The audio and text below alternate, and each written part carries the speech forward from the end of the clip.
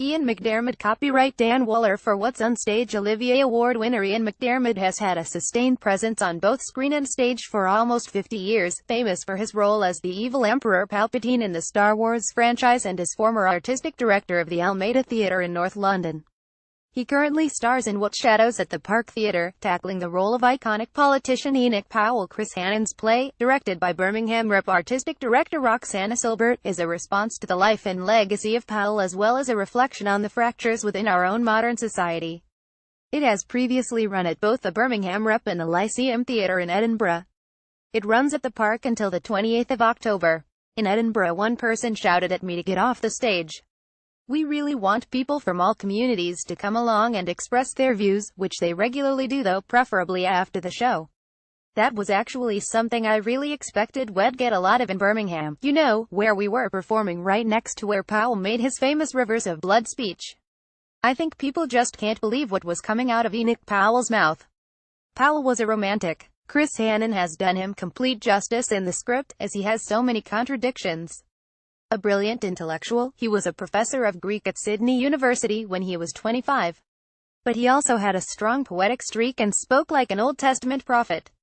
His early personal life was very complicated. He was difficult, he was lonely, he was solitary, but he was later very affectionate towards his children and subsequently to his grandchildren, as well as his wife. Had we been delighted by the Brexit vote?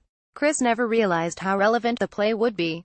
It's about a divided nation, where you either seem to be on one side or the other, and there seems to be no common ground for discussion or debate.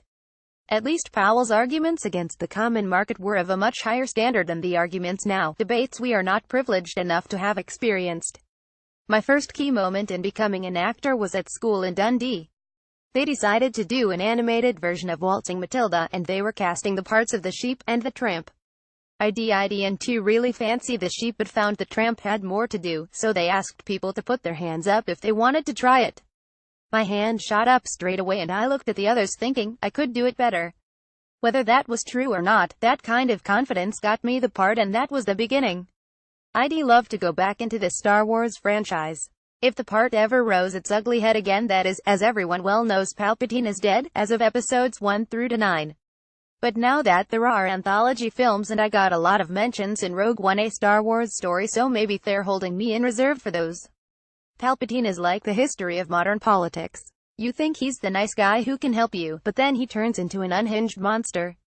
I've seen some of the internet memes about Palpatine, but I try to stay away from meme culture or the cult sensation that exists there. It's like my whole attitude towards social media, it's best if I don't go there, though occasionally people show me things that are actually quite funny. I've heard about how people love my line "Do It," which was a funny one to film on set. We did several takes with Christopher Lee and eventually, I said the line out of sheer exasperation, and now it's lived on. What Shadows runs at the Park Theatre until the 28th of October.